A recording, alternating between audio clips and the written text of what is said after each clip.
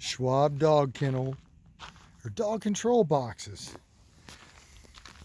The gold standard. Really haven't changed much in, well, the years since this one was manufactured, about 15 years ago or so. This one has not been used for animal control. It was surplused out. That's a 6-foot level with the swamp cooler on top. That actually would make, if someone wanted to convert this to a hunting rig, you could bed down in there.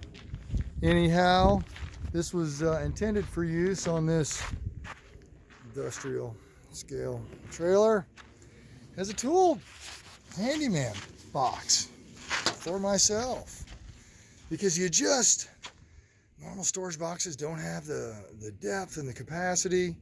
The height is nice. It's at least a foot shorter than the van here.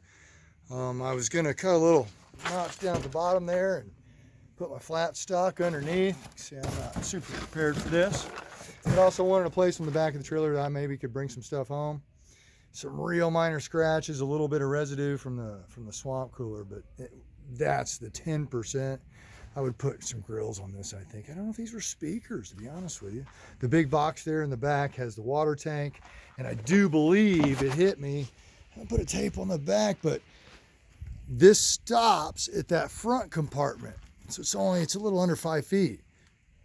Or maybe, yeah. So, but if you were to notch the back of this door, I think you might be able to stick an 8-foot board from the front to the back and still close that door, which, man, if you obviously take the tank out first, because we're talking about two different things, handyman or just contractor box, and get, I don't know, 30, 32 by 4s in there. And then let's say you got a 10-footer. I mean, it's only going to stick out just a hair past in all cases. And we all know that braking is what you're usually securing loads for the most part. So, pull the door shut with a strap. In all cases, there's 4 foot of capacity easily, if reasonably supported or properly planned for, so that you can have a flap on that. You might be able to slide ladders underneath, or at least your 4-foot stock. And man, these things are just remarkable. And I really would rather see it go to work for a humane society or something. I mean, this double wall construction, the fiberglass, a 40-year-old fiberglass boat, the whole guts can rot apart, but the hull of the boat would be fine. And that's what you're looking at here. This thing's 18 years old, and there's just nothing wrong with it. I mean, it could be buffed out and it would shine like new. As far as damage on the bottom, no, nothing there. It's just where someone with some wear replaced that sticker. And the only little chips, see, this is the size of a little micro chip there. This stuff would normally be hidden behind the bed of the truck, so you wouldn't see that, nor would you see any issue on this corner. And I mean, it's just in remarkable condition. Anyhow, there's the evaporative cooler on top, and depending on your environment, I guess that could be replaced with a heater if someone was up north. And that is, I think, about the biggest chip on it. Anyhow, these locks, I don't have the key, but they're all open, so they're easily replaced. It can be rekeyed, cost about nothing. All the doors are still intact. And the guy who decides you might want to use it for tool storage could take those doors and mount them horizontally, kind of like I did on the other side. I just put it in there for show. The lighting all appears to be there, and I think I'm going to be listing this thing.